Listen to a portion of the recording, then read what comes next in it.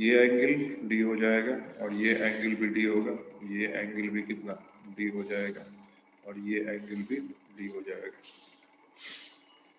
ये हम कौन सा रे ले रहे हैं, ये जो बिल्कुल ऐसे पास कर रहा है, ये हम कौन सा रे ले रहे हैं, तो ये देखो ये रे कौन सा होगा, ये रे जो होगा जस्ट यहाँ से एक रे तो सीधे निकल जाएगा, ये तो सीधे निकल जाएगा, बिना डेविएशन के निकल जाएगा। ये जो रे होगा ये जस्ट इससे थोड़ा ऊपर वाला होगा, बिल्कुल जस्ट थोड़ा ऊपर वाला, जो यहाँ पे आएगा और इस तरह बेंड करके चला जाएगा, इस तरह बेंड होके चला जाएगा और पीछे से लगेगा कि यहाँ से आ रहा है, पीछे से लगेगा ये यहाँ से आ रहा है, तो इसकी डेविएशन अप्रोक्सीमेटली हम डेल्टा ले सकते हैं। फिर उसी तरह सोर्स के जो है ये तो नीचे वाले ऊपर वाले प्रिज्म से हो गया, ठीक इस तरह नीचे वाले प्रिज्म से यहाँ से एक आएगा और बेंड होके इस पे चला जाएगा और ये लगेगा कि कहाँ से आ रहा है, किधर से आ रहा है। यही दोनों का कॉमन रीजन होगा, इसको हम डिटेल में पिछले क्लास में डिस्कस कर चुके थे और डेविएशन जो हो जाती है ये डेल्टा हो जाती है। डेविएशन कितनी हो जाएगी स्मॉल एंगल के लिए, डेविएशन जो हो जाएगा म्यू -1 इंटू थीटा हो जाएगा। तो ये लेंथ कितना होगा सिंपल ज्योमेट्री से निकालना है, तो निकाल सकते हो ना सिंपल ज्योमेट्री से लेंथ कितना हो जाएगा।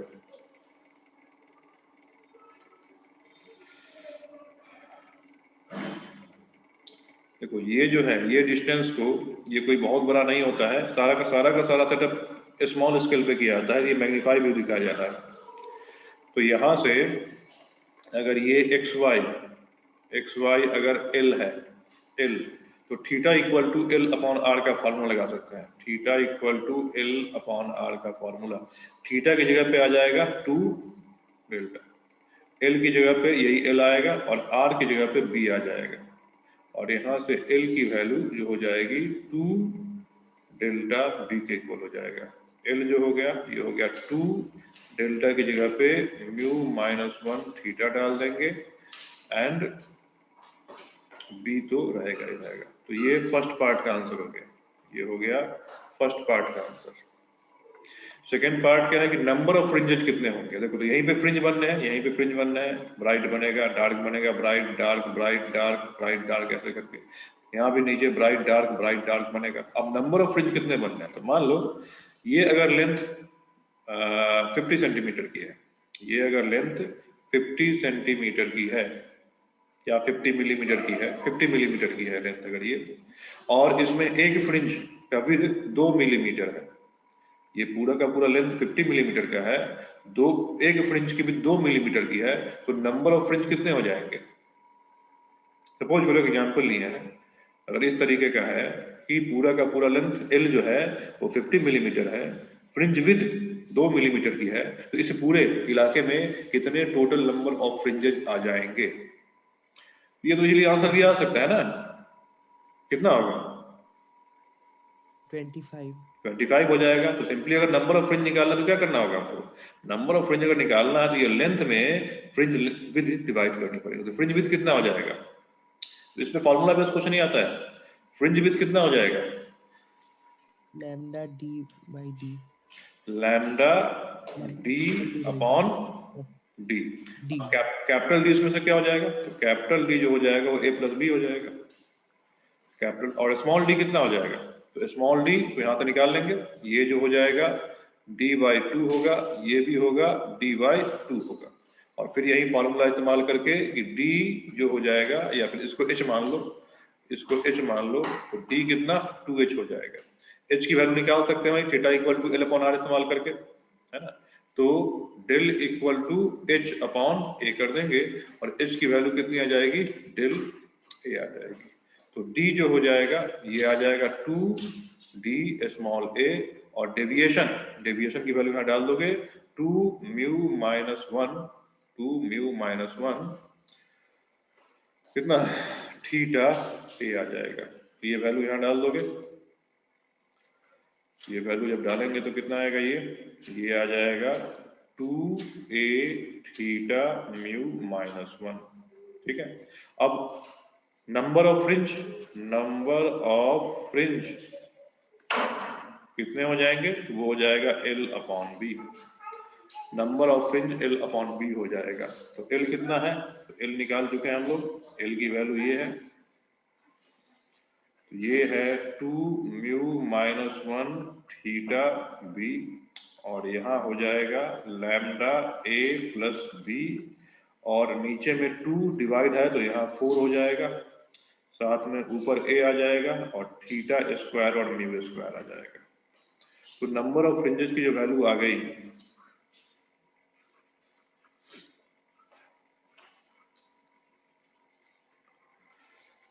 नंबर ऑफ फ्रिंजेस की जो वैल्यू आ गई वो आ गई 4ab थीटा स्क्वायर μ-1 का स्क्वायर डिवाइडेड बाय कितना हो जाएगा? लैम्डा a प्लस b हो जाएगा। अब इसी में एक बार क्वेश्चन पूछा हुआ था कि अगर b स्क्रीन इससे काफी दूर हो जाए, अगर इससे स्क्रीन काफी दूर हो जाए, किससे? इस प्रिज्म से स्क्रीन काफी दूर हो जाए, तब कितने नंबर ऑफ फ्रिंज बनेंगे? मतलब स्क्रीन काफी दूर होने का मतलब है कि b टेंड्स टू क्या हो जाए? इंफिनिटी हो जाए। अब इसमें अगर b टेंड्स टू इंफिनिटी डालना है तो फिर क्या करोगे? इसमें क्या करो, b से ऊपर नीचे डिवाइड कर दो। तो इसको ऐसे लिख सकते हैं 4a थीटा स्क्वायर μ-1 का स्क्वायर एंड लैम्डा, और नीचे b से डिवाइड करोगे तो a plus b by b हो जाएगा।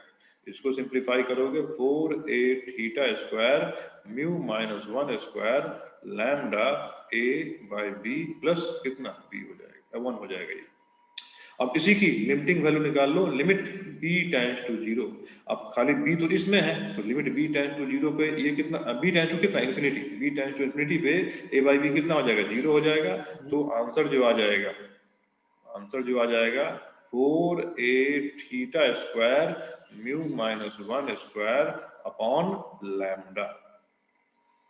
तो एक सर्टेन दूरी के बाद, इसमें है कि एक सर्टेन दूरी के बाद नंबर ऑफ फ्रिंजेस जो हो जाएंगे वो क्या हो जाएंगे? कांस्टेंट हो जाएंगे, और उसकी वैल्यू ये आ जाएगी 4a। इसमें थीटा जो रेडियन में डालोगे, थीटा किस में डालोगे? रेडियन में। अगर डिग्री भी दिया रहेगा तो इसमें रेडियन में डाला जाएगा। समझ में आया? Yes sir. हटाएं?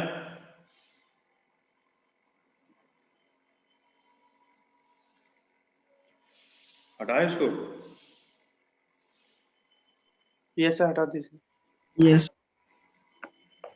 अब आई थिंक तुम लोग को यंग डबल स्लिट में पैटर्न कैसे जनरेट हो रहा होगा समझ में आ गया होगा। अब सपोज करो हम एक सेटअप देते हैं, हम एक हाइपोथेटिकल सेटअप देते हैं, उसमें तुमको बताना है कि उसमें फ्रिंज बनेंगे कि नहीं बनेंगे, और फ्रिंज बनेंगे तो फ्रिंज विड्थ कितना हो जाएगा। तो सेटअप ये दिया गया है, सेटअप ये है कि यहाँ पे स्क्रीन है और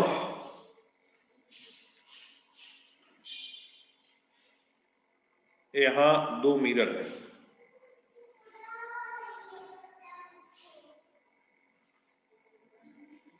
इस तरीके से 2 मिरर इंक्लाइन है, और ये जो मिरर इंक्लाइन है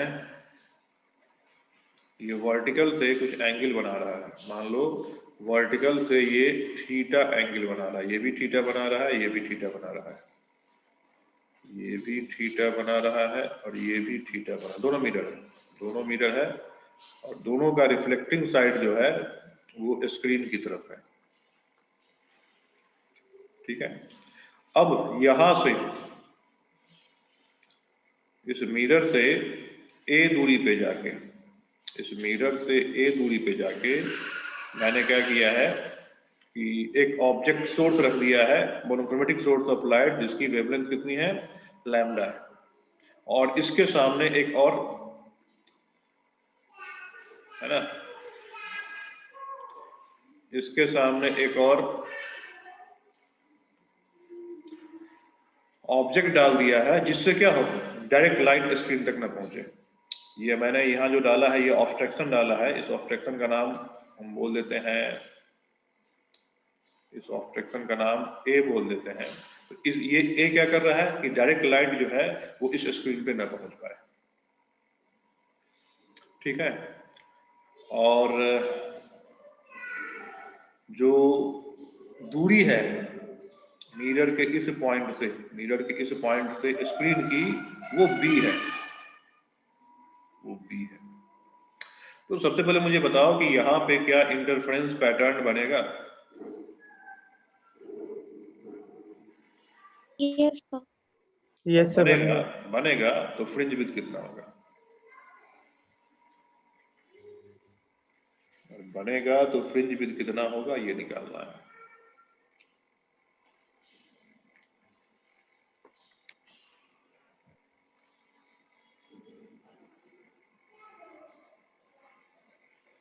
तो देख सकते हो कि अगर ये सेटअप तुम घर में कर पाए, लैब में कर पाए, जो कंडीशन दिया गया है, तो इंटरफेरेंस पैटर्न बनेगा।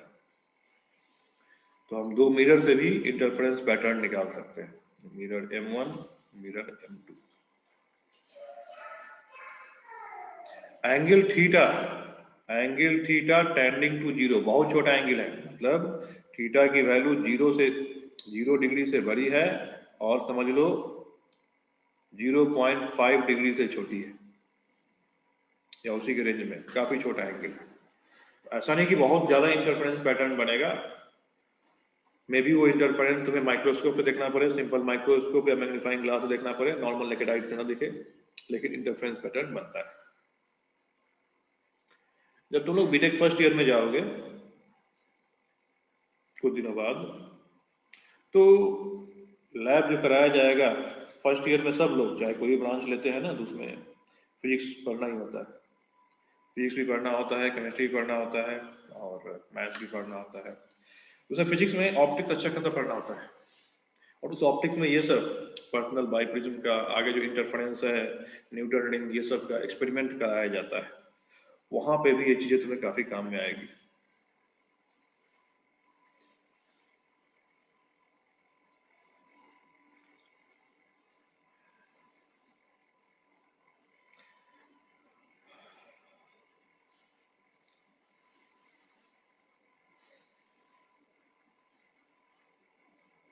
तो lambda into tan theta.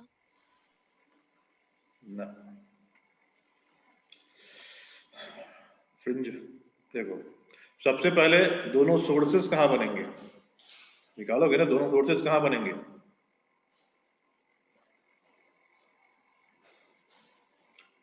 Sources बनाने के लिए क्या करना है, इससे इस पे परपेंडिकुलर डालोगे कि नहीं डालोगे? जो सोर्स एस है, उस सोर्स से मिरर 1 पे परपेंडिकुलर डालेंगे, और सोर्स से मिरर 2 पे भी परपेंडिकुलर डालेंगे।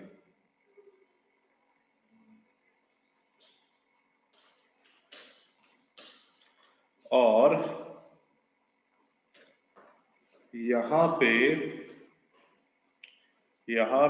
S1 बनेगा, और यहां पे S2 बनेगा। अगर इसकी मिरर एंड पॉइंट से डिस्टेंस a है, ठीक है, तो ये डिस्टेंस कितना होगा निकालना पड़ेगा। देखो यही जो बनेगा, यही d बनेगा ना, ये d बनेगा। और देखो एक चीज और देख लो, यहाँ पे ये लेंथ, ये एंगल काफी छोटा है, मतलब ये समझ लो इस तरीके से है, ये जो हम डाले हुए हैं मिरर, ये ऐसे ना होके, ये मिरर बिल्कुल इस तरीके से है, ऐसे है। ये एंगल कितने का होगा? ये एंगल 0 के आसपास का होगा। तो हम कह सकते हैं ना इसमें अप्रोक्सीमेशन के लिए कि ये लेंथ और ये लेंथ,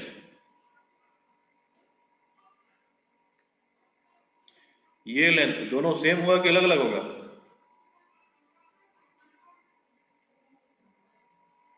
बोलो। सेम होगा। सेम है ना। ये एंगल कितनी हो जाएगी, ये एंगल कितनी होगी? 45 डिग्री। 45 कैसे होगा? थीटा के टर्म्स बोलो, थीटा के टर्म्स में।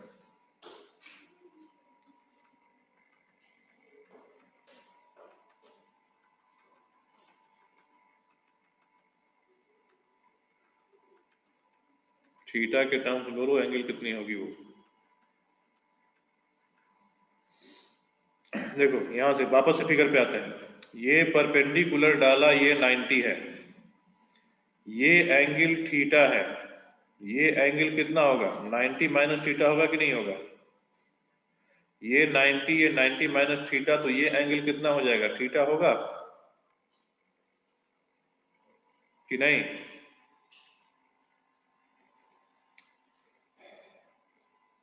अरे हाँ ना कुछ तो बोलो।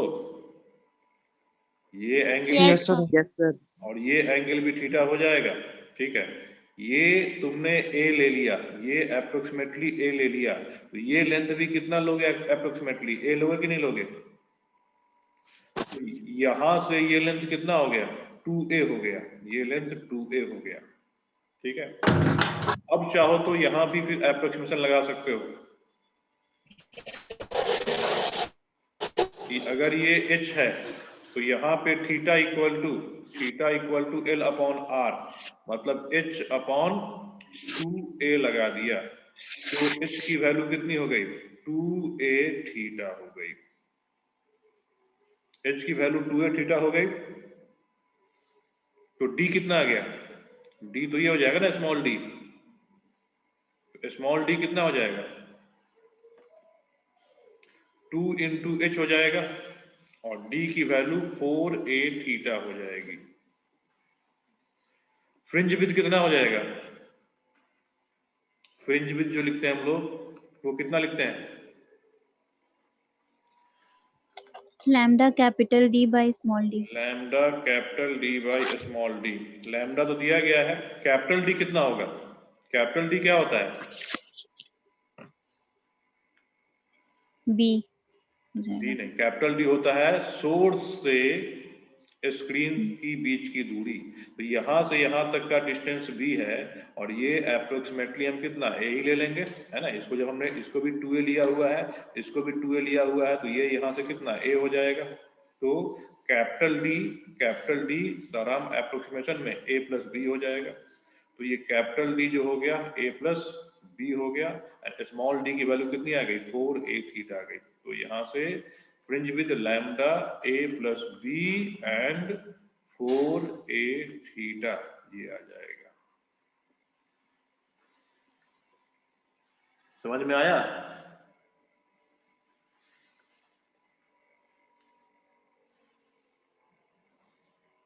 कि नहीं?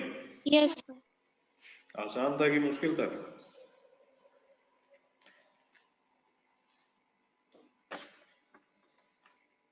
अरे आसान था कि मुश्किल था?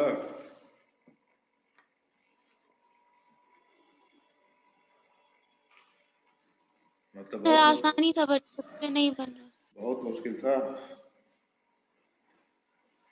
ओके, तो इंटरफेरेंस के पैटर्न में हम लोग यंग डबल स्लिट का ओरिजिनल सेटअप देख चुके हैं, है ना। यंग डबल स्लिट एक्सपेरिमेंट का ओरिजिनल सेटअप देख लिए, उसके बाद एक और देखे हैं, कौन सा, लॉयड्स मिरर सेटअप देख लिए हैं, कि इससे भी जो लैब में easily young double slit experiment को दिखाया गया। और फिर दूसरा देखे हैं कौन सा, Fresnel biprism, Fresnel biprism method.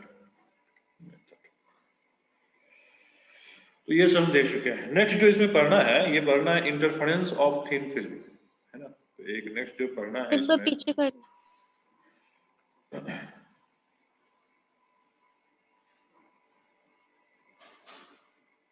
हो गया। नेक्स्ट जो पढ़ना है ये है interference bye thin film, interference bye thin film.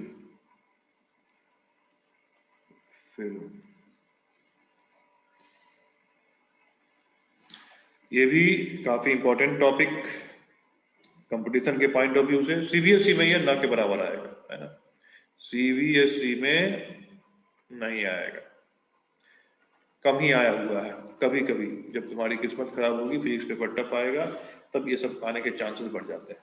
तो सीबीएसई में ना के बराबर ही आएगा। बट इसमें मोस्टली थ्योरेटिकल पार्ट भी है, इसका मैथमेटिकल एनालिसिस भी है। तो ये जेई के पॉइंट ऑफ व्यू से और नीट के पॉइंट ऑफ व्यू से थोड़ा महत्वपूर्ण हो जाता है। सबसे पहली बात, थिन फिल्म किसको बोलेंगे? तो हम डे टू डे लाइफ में इसको हमेशा देखते हैं, डे टू डे लाइफ में थिन फिल्म को हमेशा देखते हैं। जैसे मान लो अगर हम क्या करें कि एक बर्तन ले लें, उसमें कुछ हाइट तक पानी डाल दें और उस पे एक दो ड्रॉप कोई भी ऑयल के, चाहे वो कुकिंग ऑयल हो या फिर जो केरोसिन होता है वो, या पेट्रोल, है ना, अगर इस पे डाल दोगे तो क्या होगा, वो जो ऑयल है वो पूरे सरफेस पे फैल के एक छोटा सा पतला सा लेयर बना देगा। ठीक है, तो वो पतला जो लेयर होता है उसकी थिकनेस अगर हम मीटर में मेजर करना चाहें तो कितना होगा? तो यहां से मान लो यही पतला सा लेयर बन रहा है, तो अगर इसकी थिकनेस, अगर इसकी हम थिकनेस मेजर करना चाहें तो अंदाजा लगा सकते हो कि मीटर में कितना मीटर के आसपास होगा? 10 to the power minus 15 type. ना, वो तो 10 टू दी पावर तो दिखेगा नहीं, फिर तो 10 to the power 15 type thickness होगा, वो तो हमारी आंखों से विजिबल होगा ही नहीं, इनविजिबल हो जाएगा वो तो न्यूक्लियर साइज हो गया। न्यूक्लियर एटम कहाँ तो दिखता 1 है? to 10 1 हाँ? to 1000 हाँ, कोलॉइडल साइज। हाँ, तुम इसको माइक्रोमीटर के रेंज में मान सकते हो, 10 की पावर 6 मीटर टू 10 की पावर 8-9 मीटर के रेंज में मान सकते हो। ठीक है, और ये रेंज जो है ये वेवलेंथ ऑफ लाइट से कंपेरेबल है कि नहीं है? है। हाँ, तो हम जो इंटरफेरेंस ऑफ थिन फिल्म की बात कर रहे हैं, तो यहाँ पे थिन फिल्म उसी को माना जाएगा जिसकी थिकनेस कंपेरेबल हो लाइट के वेवलेंथ के रेंज में। लाइट का वेवलेंथ कितना होता है? लाइट का जो होता है वो 4000 एंगस्ट्रॉम टू कितना हो जाता है? ये हो जाता है 7000 एंगस्ट्रॉम। 7000। तो यहाँ अगर हम देखें तो 4000 इंटू 10 की पावर -10, और इसको सिंप्लीफाई करोगे तो 4 इंटू 10 की पावर 7 मीटर। और जो थिकनेस हम बोल रहे हैं वो बोल रहे हैं माइक्रोमीटर में बोल रहे हैं, मतलब ये दोनों कंपेरेबल है। तो जब हम इस तरह के हम थिन लेयर्स डिफाइन कर पाते हैं, बना पाते हैं, और जब उसके थ्रू लाइट का रिफ्लेक्शन और ट्रांसमिशन होता है तो वहां पे तुम्हें कलरफुल पैटर्न देखने को मिलते हैं। कभी तुमने देखा होगा कि अगर घर में ही सरफेस पे स्पेशली केरोसिन वगैरह या पेट्रोल वगैरह गिर जाता है, जमीन पे ग्राउंड पे गिर जाता है, या पेट्रोल पंप पे तुमने देखा होगा कि अगर गिर जाता है और लाइट उस पर इंसिडेंट हो रही होती है तो वहां पे कलरफुल पैटर्न नजर आते हैं। आते हैं कि नहीं आते हैं? Yes sir. या फिर Yes. जो बबल्स होता है ना, बबल जो हम लोग बनाते हैं ना, बबल, उस बबल का भी जो लेयर काफी पतला होता है, तो उसमें भी क्या होता है, उसमें भी वो इंटरफेरेंस पैटर्न, कलरफुल पैटर्न नजर आता है। या फिर सरफेस टेंशन में मैंने बताया था कि इस तरीके से मान लो एक वायर फ्रेम ले, उसको सोप सॉल्यूशन में डुबो दें तो यहाँ पे क्या बन जाता है? वायर फिल्म बन जाता है। उस वायर फिल्म का भी जो होता है इंटरफेरेंस पैटर्न बनता है, कलरफुल इंटरफेरेंस पैटर्न बनता है, और इस कलरफुल इंटरफेरेंस पैटर्न पे बहुत सारे क्वेश्चंस होते हैं। या फिर तितली देखा होगा, तितली, बटरफ्लाई के पंखों पे जो पैटर्न बनता है, जो कलरफुल पैटर्न बनता है, वो पैटर्न भी इंटरफेरेंस की वजह से बनता है। वो तो यहाँ पे हम यही इंटरफेरेंस फिनोमिनन है, इसको पहले थोड़ा समझेंगे, और इंटरफेरेंस जो होता है उसका मैथमेटिकल एनालिसिस क्या होगा इसको हम देखेंगे। तो यहाँ पे कुछ बातें लिख ली जाए, थ्योरेटिकल बातें, ये point of examination point of view से इंपॉर्टेंट है, क्योंकि थ्योरेटिकल चीजें इसमें से पूछ सकता है, इसमें थ्योरेटिकल चीजें पूछ सकता है।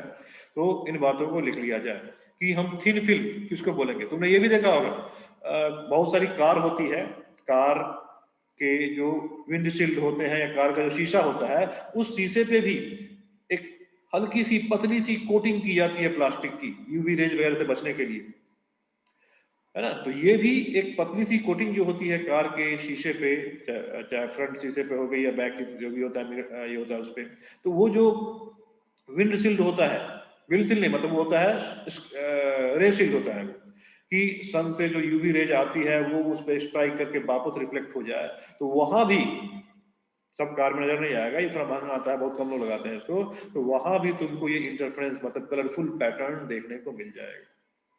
तो यही इंटरफेरेंस थिन फिल्म में कैसे बनता है इसको हम देखेंगे। अब यहाँ पे ध्यान देना, हम जो थिन फिल्म ले रहे हैं उस पर लाइट रे इंसिडेंट करेगा, लाइट रे इंसिडेंट करेगा, ये थिन फिल्म क्या होगा, ट्रांसपेरेंट होगा, ये थिन फिल्म ट्रांसपेरेंट होगा। और इस थिन फिल्म को हम बोलेंगे कि ये थिन फिल्म जो होगा इसमें दो सरफेस होंगे, थिन फिल्म में दो सरफेस इस तरीके से होगा, और इस सरफेस के बीच में उस फिल्म की जो मटेरियल होगी, इस फिल्म का मटेरियल चाहे वो लिक्विड हो सकता है चाहे वो गैस हो सकता है, वो बाउंड होगा।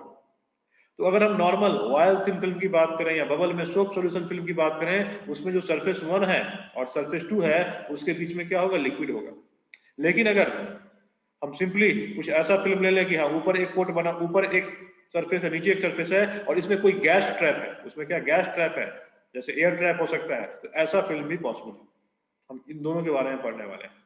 तो सबसे पहले इसमें नॉर्मल ऑयल थिन फिल्म या फिर वो जो हल्का सा पतला सा प्लास्टिक का फिल्म होता है वो फिल्म, हम इसके बारे में पढ़ने वाले हैं। और फिर दूसरे में पढ़ेंगे कि ये दोनों सरफेस तो रहेगा रहेगा और इसके बीच में क्या एयर ट्रैप हो जाएगा, एयर या गैस ट्रैप हो जाएगा, उस समय जो थिन फिल्म बनता है उससे कैसे रिफ्लेक्शन होता है, ट्रांसमिशन होता है, उससे जो इंटरफेरेंस होता है उसको हम पढ़ने वाले हैं।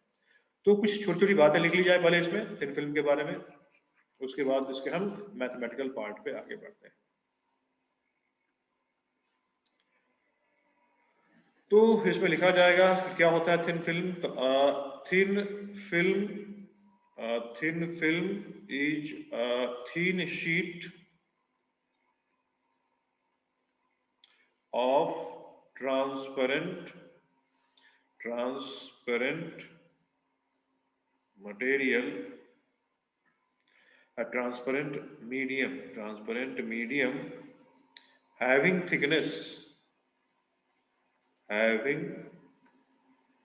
thickness of the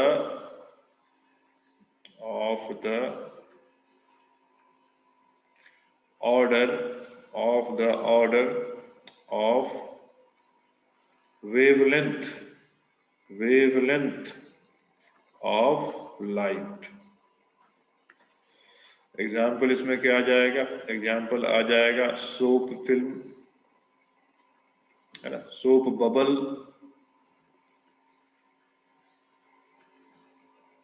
और thin layer of oil on surface of glass or water के सरफेस में। अच्छा, अगर हम काफी पतली ग्लास की लेयर ले लें, है ना, ग्लास का काफी पतला लेयर ले लें, बहुत पतला, मान लो ये ग्लास का बहुत पतला लेयर ले लें, इसकी थिकनेस T जो है ये भी 10⁻⁻⁶ मीटर के आसपास है। तो इस ग्लास से मुझे इंटरफेरेंस पैटर्न ऑब्जर्व होगा कि नहीं होगा, बोलो। हम काफी पतला ग्लास ले लेते हैं, तो विंडो, मान लो कि विंडो जो है उस खिड़की में जो ग्लास लगा हुआ काफी पतला 10⁻⁻⁶ मीटर के रेंज में लगा हुआ है, तो क्या उससे हमको इंटरफेरेंस पैटर्न मिलेगा कि नहीं मिलेगा? मिलेगा। बिल्कुल मिलेगा। अच्छा, तो फिर वही चीज मोटा जब हो जाता है, ये चीज जब मोटी हो जाती है, हमारा मोटा ग्लास ले लेते हैं, तो यहाँ भी तो फिल्म बनता है ना कि एक सरफेस इधर हुआ, एक सरफेस इधर हुआ और इसके बीच में ट्रांसपेरेंट मटेरियल बाउंडेड है, इससे वो चीज क्यों नहीं मिल पाता है? इससे वो चीज क्यों नहीं मिल पाता? वेवलेंथ ऑफ लाइट के ऑर्डर में नहीं होता। हाँ, वेवलेंथ ऑफ लाइट के ऑर्डर में नहीं होता है। और इसमें अगर तुमको थोड़ा साइंटिफिकली बताना है तो इसमें बस दो चीज याद रख लेना कि बस ये नहीं होता है, इसलिए ऐसा नहीं होता है। एक टर्म होता है जिसका नाम बोलते हैं spatial coherence and temporal coherence. तो जो थिक मटेरियल होता है वो spatial coherence and temporal coherence को सेटिस्फाई नहीं करता है। बस इतना याद रखना। अब ये क्या है ये अभी नहीं जानना है। जो थिक मटेरियल होते हैं वो स्पेशियल कोहेरेंस और टेम्पोरल कोहेरेंस को सेटिस्फाई नहीं करते हैं। ये मे भी तुम लोग से इंटरव्यू वगैरह में, जैसे मान लो KYUP वगैरह दिए थे तो उसके इंटरव्यू वगैरह में इस तरह की चीजें आउट है ना, आउट ऑफ बॉक्स चीज पूछ लेता है। तो अगर ये पूछ सकता है कि हाँ थिन फिल्म जो होते हैं वही इंटरफेरेंस फेनोमेनन को शो करते हैं, थिक क्यों नहीं कर पाते हैं, उसका जवाब होगा कि temporal coherence and spatial coherence इसको वो शो नहीं कर पाता है। अब इसका मतलब क्या हुआ? तो spatial coherence and temporal coherence ये हो गया कि जो इंटरफेरेंस पैटर्न बनता है, इसको समझ लो होता क्या है। इंटरफेरेंस पैटर्न तो बनता है ना, थिक वाले से भी इंटरफेरेंस पैटर्न बनता है, लेकिन वो इंटरफेरेंस पैटर्न पोजीशन और टाइम के हिसाब से वेरिएबल होता है। साउंड में बिट्स नाम की चीज पढ़े हो कि नहीं पढ़े हो? यस साउंड में बिट्स क्या था? वहां इंटरफेरेंस होता था कि नहीं होता था? किसी भी पर्टिकुलर पॉइंट पे इंटरफेरेंस होता था कि नहीं होता था? होता था। लेकिन वो उस पॉइंट पे उसकी इंटेंसिटी समय के साथ कांस्टेंट होती थी कि वेरिएबल होती थी? कांस्टेंट ना, वेरिएबल होती वेरिएबल होती थी ना। साउंड बिट्स कैसे बनता था कि एक हल्की सी आवाज आई, बढ़ते बढ़ते मैक्सिमम हो गई और फिर मिनिमम हो गई, है ना, ऐसे आवाज और फिर कम हो गई, इस तरह से आवाज आई कम हो गई।